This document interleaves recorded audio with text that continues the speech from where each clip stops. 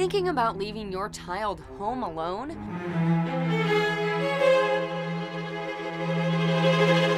Whether you're working parents or just need a date night, make sure you take the proper precautions to keep your kids safe while you're gone.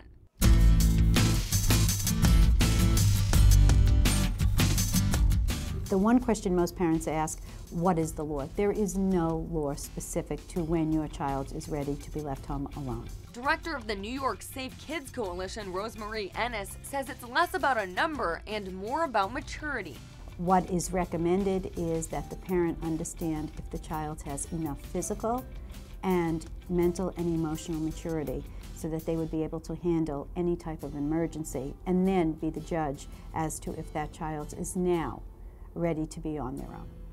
So what we'd like the parents to do is first take a preliminary survey with their children and ask right up front if the child is showing any sign of fright or is experiencing nightmares or has a fear of loneliness.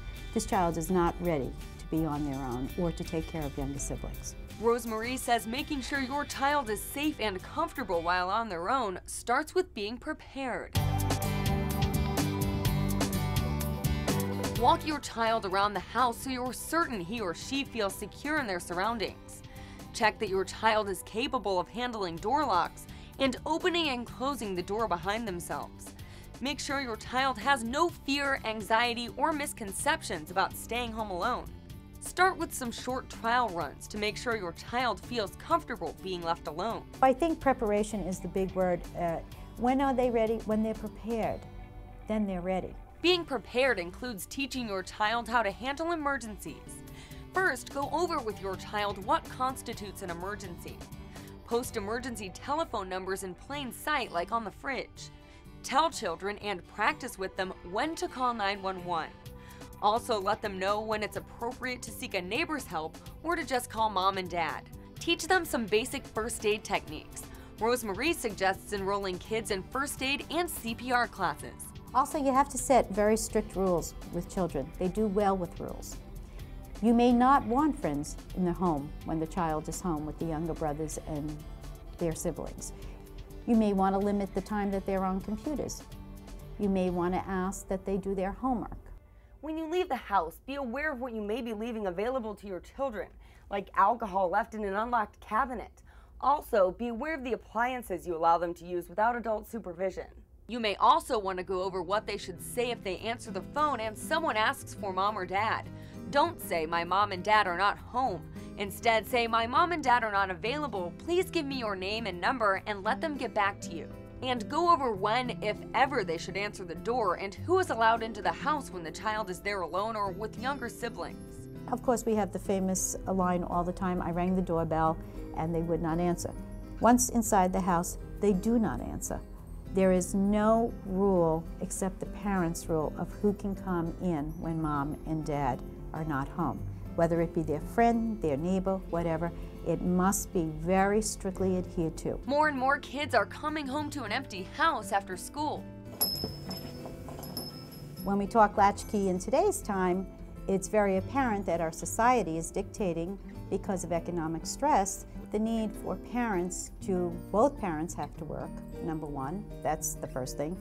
The high cost of childcare is now causing families to have to leave children alone.